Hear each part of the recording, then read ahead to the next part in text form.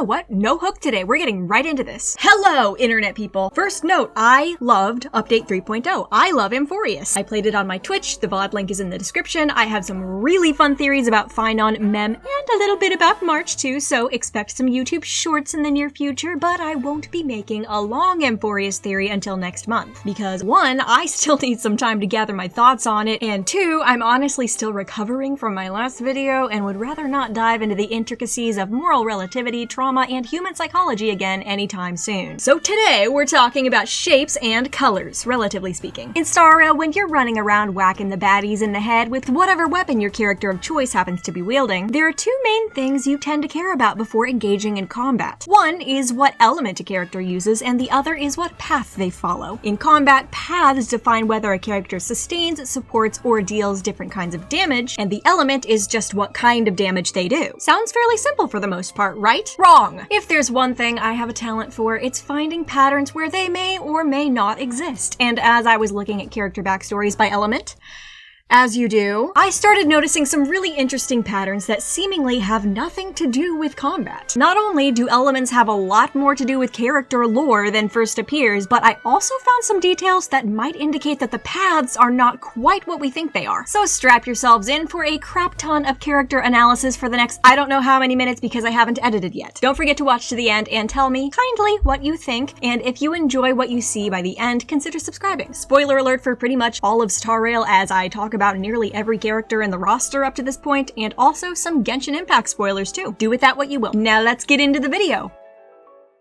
Now, bear with me for just a second. I need to explain how I got here because I found these patterns in Star Rail very indirectly. Fun fact, before I was a Star Rail enjoyer, I was in fact a Genshin Impact enjoyer. Genshin Impact, if you don't know, is another game produced by Hoyoverse, the same company as Star Rail. My friend Val introduced me to it around the time Sumeru was released. Unfortunately, I never made it past the Inazuma storyline because I had no idea how to build my characters and kept getting freaking leveled by La Signora. This is not a problem for present-day me. Also, I wasn't really into the lore. I didn't read the readables or attempt to connect any of the dots in the story. I was just there to climb on stuff, smack hilichurls, and open chests. All the chests. The only lore I was more than mildly curious about was the vision system. In Star Rail, we have path striders who draw strength and gain abilities from following a path. And Genshin basically has the same concept, but with a twist. People can gain special abilities if they're granted a special object called a vision, which looks kinda like a gemstone, but it allows them to take the elemental energy from the world around them and wield it as a weapon or a tool. So like the 10 stone hearts, but it's everyone. And depending on the character, they're able to manipulate either wind, earth, electricity, plants, water, fire, or ice. Only 1 element per person, unless of course you're the main character, in which case you're just built different. Or you're Kazuha. I wanted to know why specific characters were given specific elements. Like why is Venti the god of the wind specifically? You could change his design a bit and give him a different element, but something about him would still feel like a wind character. But why? What is it about his actual personality and character that makes us say Venti equal wind? They didn't just create these characters, then spin a wheel and say, oh, I guess that's their element now. If you line up all the characters of an element together, they all have a certain vibe about them. But when you try to nail down the reasons behind that vibe, things get complicated. Wind users are all carefree and whimsical until they're not. Earth users are calm, pillar in the storm types until they're not. Fire users are passionate and upbeat until, say it with me, they're not. You can find things most of them have in common, but there's always an exception or two that throws the whole thing off. And I decided I was going to find the one thing that linked all of the elemental groups together without exceptions. And of course, I wouldn't be making a video about it unless I'd succeeded. First, I tried and failed several times to nail down a common thread between the characters on a surface level, personality traits and such. But of course, it wouldn't be that easy. Then I stumbled across this voice line from Raiden Shogun, who is also, by the way, an alternate universe version of our lovely Lady Acheron. She says about visions, the key is people's desire and, well, there's another side to it too. Visions are called visions because they're only given to people who have a vision, a desire or ambition for what their future is going to look like. And the world sort of rewards them with the strength path to make their desires a reality by giving them the vision object. So I shifted from looking at the characters to looking at their desires, which are conveniently explained in the character stories. And I ended up with the same problem as before. There were similarities, but I couldn't find one thing that tied them all together. There were always exceptions. But according to our friend Raiden, desire is only half the equation. There is another side to it. There is something else about these characters and their desires that defines the element. So again, I started comparing character traits and desires with no luck until one day I finally thought, what if it's not about personality or the specifics of their desire? What if it's about the relationship between the character and their desire? Take the fire users, for example. I first thought fire had something to do with most of them being passionate or hot-headed, things we associate with fire. And when I switched over to looking at desires, they usually involved some version of I'm gonna be the best at something, but that felt too broad because the other elements have a lot of that too. But when I started looking at the relationship between the character and their desire, I realized all of them had a very close relationship with a parent or mentor. Sometimes this mentor is alive, sometimes dead, and for a while that detail tripped me up until I realized that no matter the current state of that relationship, all the fire users more or less inherited their desire from that mentor. My grandfather was a knight, so now I'm going to be the best knight anyone's ever seen. I'm finishing my father's work and also avenging him. I'm following in my parents' footsteps. A torch has been passed to them, so to speak, and so their vision takes the form of a torch. Fire. Do you see what I mean? Let's do one more example with another element, like wind. Jean is a wind user, and her desire is for Mondstadt, the city she rules, to always be safe. But maintaining safety requires her to constantly be on her guard. Guard patrols, making sure everything runs smoothly, addressing threats as they arise. It is a daily and sometimes a minute-by-minute struggle. She's chasing something that's always right on the verge of slipping away. One could almost say she's chasing the wind. The wind is not something you can ever fully grasp, just like perfect safety. You can only keep up with it, and so her vision is a wind vision. You see? Each character has a specific way they view their desire. Their desire means something to them, and that meaning is what defines the element. The reason this works is because the writers of the story have attached very specific symbolic meanings to each of the elements. Fire symbolizes tradition, but also symbolizes danger, which explains why each of the fire users has a tendency to sometimes get burned when they chase their ambitions too overzealously. Wind symbolizes constant movement, running after something that can never be fully grasped, or a chase that never ends. Electricity is attached to this idea of lightning never striking twice. Each of the lightning users has ambitions that will only ever be achieved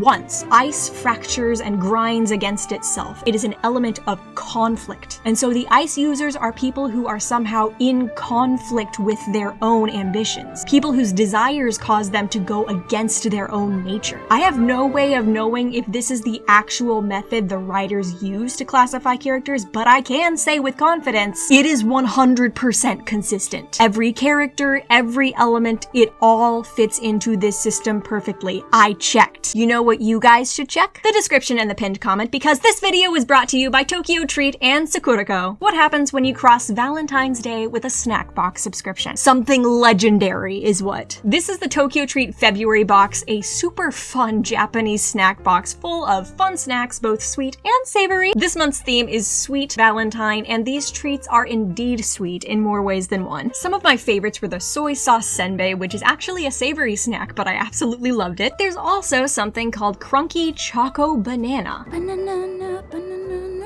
I have never had chocolate-covered bananas before, but I want them now. One of my favorite things every month is getting to learn more about Japan, not just with the sweets, but with the booklet that comes with the box. Did you know that in Japan, only women give chocolates to men on Valentine's Day thanks to a translation error in a popular marketing campaign? And then a whole new holiday called White Day was created for men to return the favor with specifically white sweets, like white chocolate and marshmallows. Or maybe this sweet strawberry mochi would also do the job. These rank up up there with some of my favorite sweets across all the boxes. The inside has both a strawberry flavored filling and a really creamy layer as well, and I was savoring every last second of these things. Absolutely incredible. There are so many other amazing things in the box. Exclusive Kit Kats and these sweet and salty mini rice crackers are a couple other highlights, but I'm not going to spoil any more of it for you because you need to get one and try it for yourself, okay? Good grief. If these boxes don't stop getting better and better, one of these days I'm actually going to just ascend into the stratosphere. The first thing I tried from the Sakuraco box was this chocolate sable, which was basically a cookie with a chocolate filling. Actually, one of the best cookies I've had in a really long time. I know I'm paid to say this, but also I am currently crying over a cookie. There were also strawberry coated peanuts, so like a strawberry infused white chocolate is what it tasted like, and then wrapped around a peanut. I ate 3 and am saving the rest so I really get a chance to savor them later. There's also chocolate kuzomochi, which is similar to what we'd describe as a chocolate jello, kind of. It's lovely. Each of these snacks were made by artisans in Japan, and you can actually read about some of the places these snacks were made and the stories of the people who make them. Also, each month we get a household item, and this month I received a plum-colored furoshiki, which is a wrapping cloth. If you remember all the way back almost a year ago, the first household item I ever received was also a wrapping cloth called a tenugui, and I learned the difference between the two is that the tenugui is rectangular and the furoshiki is square. Also, tea.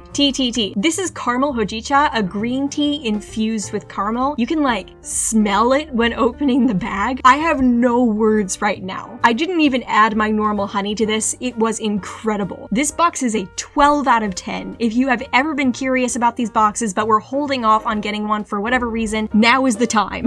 Tokyo Treat and Sakuraco want people to be able to experience Japan from the comfort of their own home, and what better time to do it than with a loved one? Why not get a subscription for someone as a Valentine's Day gift? Or get one for yourself for Singles Awareness Day? I know I would. And if you do, don't forget to use promo code MMA at checkout for a small discount. I get a commission from each sale, and you get a little taste of Japan. Now let's finally talk about Star Rail.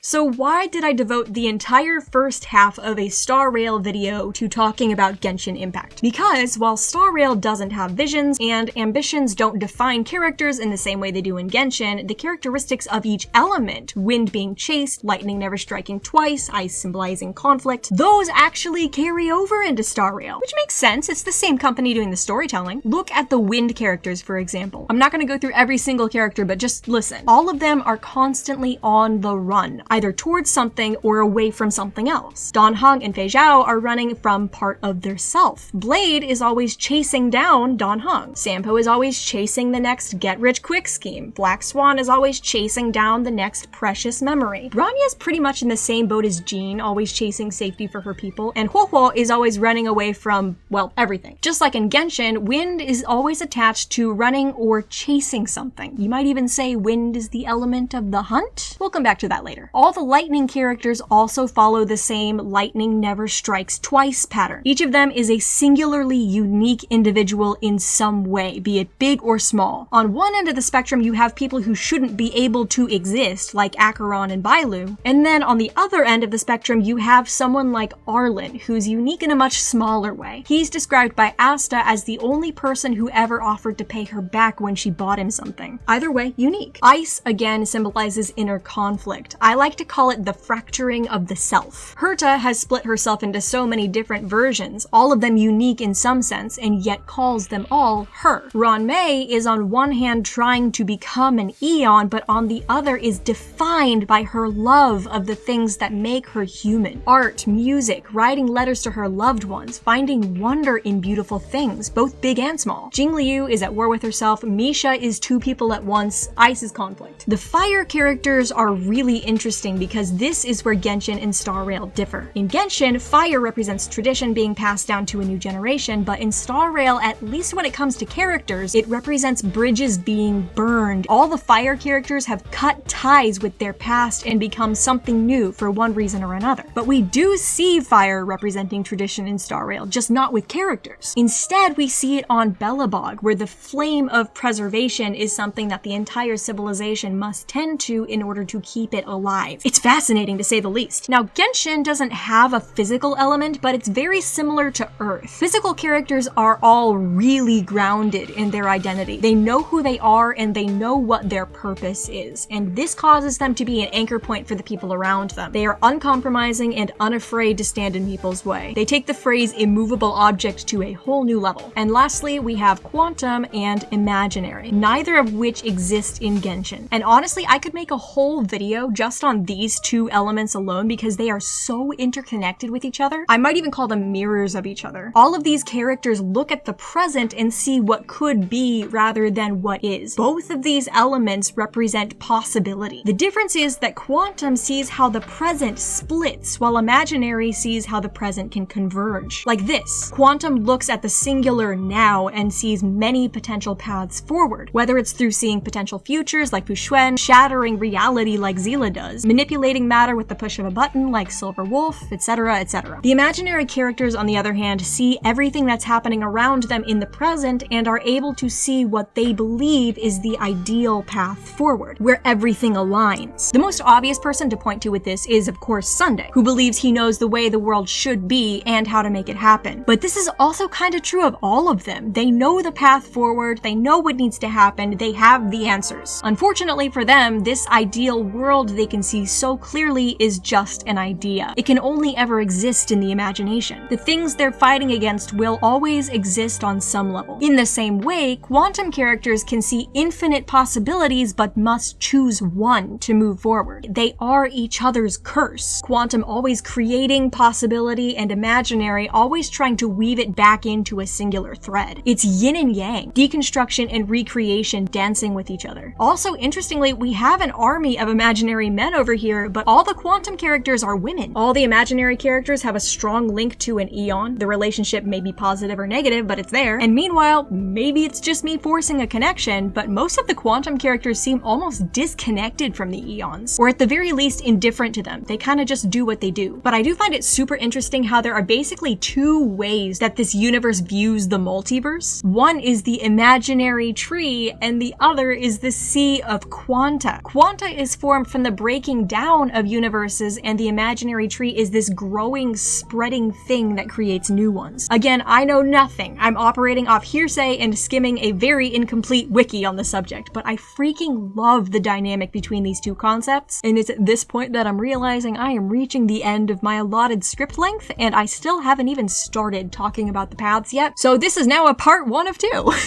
I will talk about the paths and their connection to the elements, because there is a connection. Soon, depending on how much I have to say about Amphorius. For now, let's wrap this up and say, want to know the best part about this elemental analysis? It has nothing to do with combat. I think in this whole video, I may have referenced the elements coming into play in combat maybe once. Way too often, I see people not giving the writers and developers of this game enough credit when it comes to how they plan out these characters. So many write off these little details as random or unimportant without even attempting to dig into the deeper symbolism and subtext of what they're trying to say. And as someone who loves digging into these things, finding the patterns and trying to understand them, it's honestly really frustrating sometimes. I'm not saying you have to constantly be looking for hidden meaning in these details, because I understand it's exhausting. I'm exhausted, but I hope I've at least convinced a couple of you that the patterns are there and that these aren't just random coincidences with no meaning behind them. Thank you so much for watching this video. I hope you enjoyed it. If you did, consider liking and subscribing. And if you have thoughts, questions, details I missed, whether you agree or disagree, I'd love to hear what you have to say in the comments. I learned so much from you guys, and I love having discussions with you. Just remember to be nice about it. Don't forget to check out Tokyo Treat and Sakuraco's Valentine's Day boxes and use promo code MMA at checkout. Don't forget to check out my Discord, my Twitch, and I haven't mentioned this before, but I do have a merch store as well. So if you want, you can look at that too. I really need to update the designs though. I will see you all next month, and until then, take care of yourselves. It is a wild world out there. Stay safe, stay kind.